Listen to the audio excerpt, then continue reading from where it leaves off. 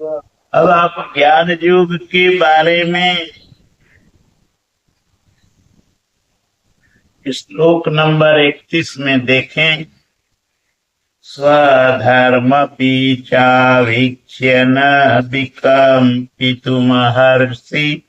धर्मा धर्म्याधियुक्ताश्चेयो अन्यत् क्षत्रियस्य न विद्यते।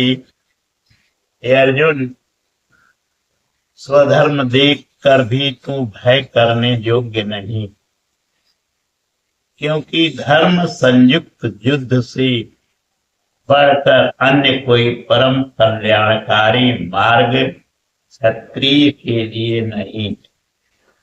अभी तक तो आत्मा शाश्वत है, आत्मा सनातन है, वही एकमात्र धर्म है कहा गया।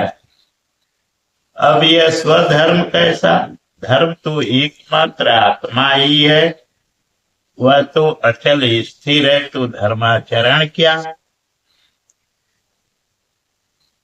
वस्तुतः इस आत्मपथ में प्रविष्ट होने की क्षमता हर व्यक्ति की अलग अलग होती।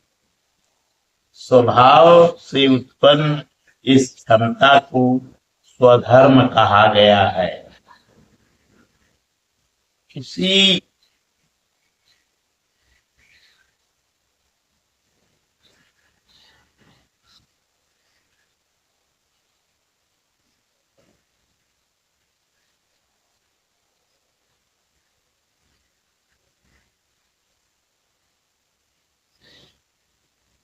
इसी एक सनातन पथ पर चलने वाले साधकों को महापुरुषों ने स्वभाव की क्षमता के अनुसार 4 श्रेणियों में बांटा।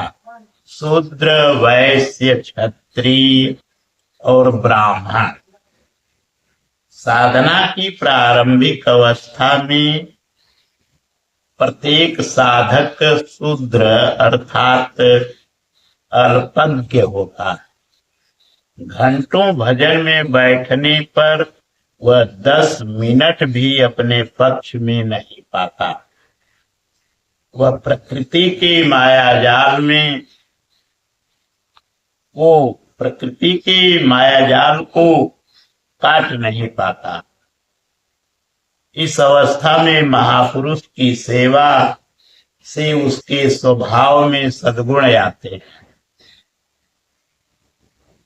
वह वैश्य श्रेणी का साधक बन जाता है। आत्मिक संपत्ति ही स्थिर संपत्ति है, इसका वह शनै शनै संग्रह और गोपालन अर्थात इंद्रियों की सुरक्षा करने में सक्षम हो जाता है। काम, क्रोध इत्यादि से इंद्रियों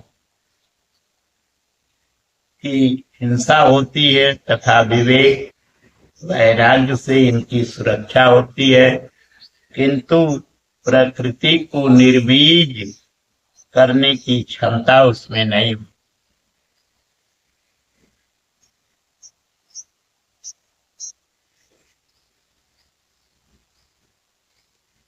क्रमशः उन्नति करते करते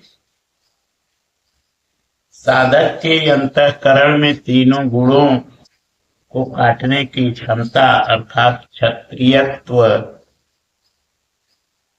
आ जाता है। इसी स्तर पर प्रकृति और उसके विकारों को नाश करने की क्षमता आ जाती है। इसलिए युद्ध यही से आरंभ होता है। क्रमशः साधन करके साधक ब्राह्मणत्व की श्रेणी में बदल जाता है। इस समय मन का समन, इंद्रियों का दमन, धारावाही चिंतन, सरलता, अनुभव, ज्ञान इत्यादि लक्षण साधक में स्वाभाविक प्रवाहित होते हैं। इन्हीं के अनुष्ठान से चलकर क्रमशः वह ब्रह्म में प्रवेश पा जाता है जहां वह ब्राह्मण भी नहीं रह जाता।